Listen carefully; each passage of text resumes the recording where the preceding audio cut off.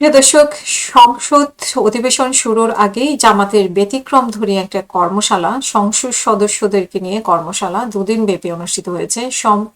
শপথ ও বিরোধী দলীয় নেতৃত্ব নির্বাচনে শেষ হতেই সংসদের সক্রিয় ভূমিকার প্রস্তুতি শুরু করেছে জামাত ইসলাম এবং দলীয় এমপিদের, বিশেষ করে প্রথমবার যারা নির্বাচিত হয়েছেন সংসদে যাবেন তাদের কার্যক্রম, তারপরে বিল, বাজেট, স্থানীয় কমিটির কাজসহ বিভিন্ন বিষয়ে ধারণা দিতে এই 2 দিনের কর্মশালার আয়োজন করা হয় এবং এই কর্মশালাকে ওনারা ওরিয়েন্টেশন প্রোগ্রাম হিসেবে বলা হয়েছে। অভিজ্ঞ সাবেক সংসদ সদস্যদের মাধ্যমে এই এমপিদেরকে দায়িত্ব ও বিরোধী দলের কৌশলগত বিভিন্ন ভূমিকা নিয়ে আলোচনা এবং কর্মশালা প্রশিক্ষণ দেওয়া হয়েছে।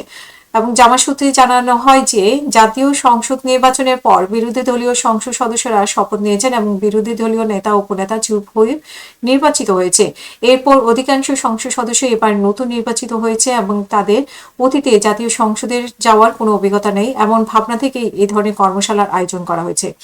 মিডিয়া সেলে যিনি প্রধান জুবায়ের, তিনি জানান যে যেহেতু আমরা একটি পজিটিভ এবং সৃজনশীল ভূমিকা রাখতে চাই, ক্রেডিবল রোল প্লে করতে চাই, তাই সংসদে এই জন্যই জাতীয় সংসদ সদস্যদের বিষয়গুলো জানা উচিত, সে কমপক্ষে একটা প্রাথমিক ধারণা দেওয়া। এ থেকেই ওরিয়েন্টেশনটা রেখেছেন ওনারা। এবং দলীয় সূত্রে জানা গেছে যে 5টি সেশনে ভাগ করা কর্মশালায় বিশেষজ্ঞরা বিভিন্ন বিষয়ে উপস্থাপন করেন এবং সংসদ সদস্যরা নোট নেন ও আলোচনায় অংশ নেন। সামনে সংসদের অধিবেশন শুরু হলে যেসব বিষয়ে তাদের সামনে আসবে সেই সম্পর্কে স্পষ্ট ধারণা দেওয়া ছিল অপ্রয়োজনের আয়োজনের লক্ষ্য ধারণা দেওয়াই ছিল আয়োজনের লক্ষ্য। এবং কর্মশালায় সংসদ সদস্য হিসেবে দায়িত্ব, ভূমিকা ও করণীয় নিয়ে একাডেমিক আলোচনা করা হয়।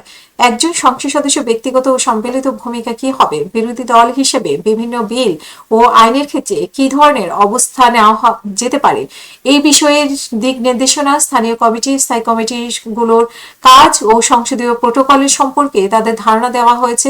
এছাড়া দ্বিকক্ষ বিশিষ্ট সংসদ হলে সেখানে উচ্চকক্ষ বা সিনেটের সঙ্গে নিম্নকক্ষের সম্পর্ক কি হবে সেই বিষয়েও ধারণা দেওয়া হয়েছে। তো দেখা যাক, একটি ব্যতিক্রম ধর্মী একটা উদ্যোগ। আমরা অবশ্যই একটা শক্ত বিরোধী দল এবং প্রশিক্ষিত বিরোধী দল থাকলে সংসদের আলোচনাগুলো এবং জনকল্যাণমূলক হবে বলে আমরা মনে করি।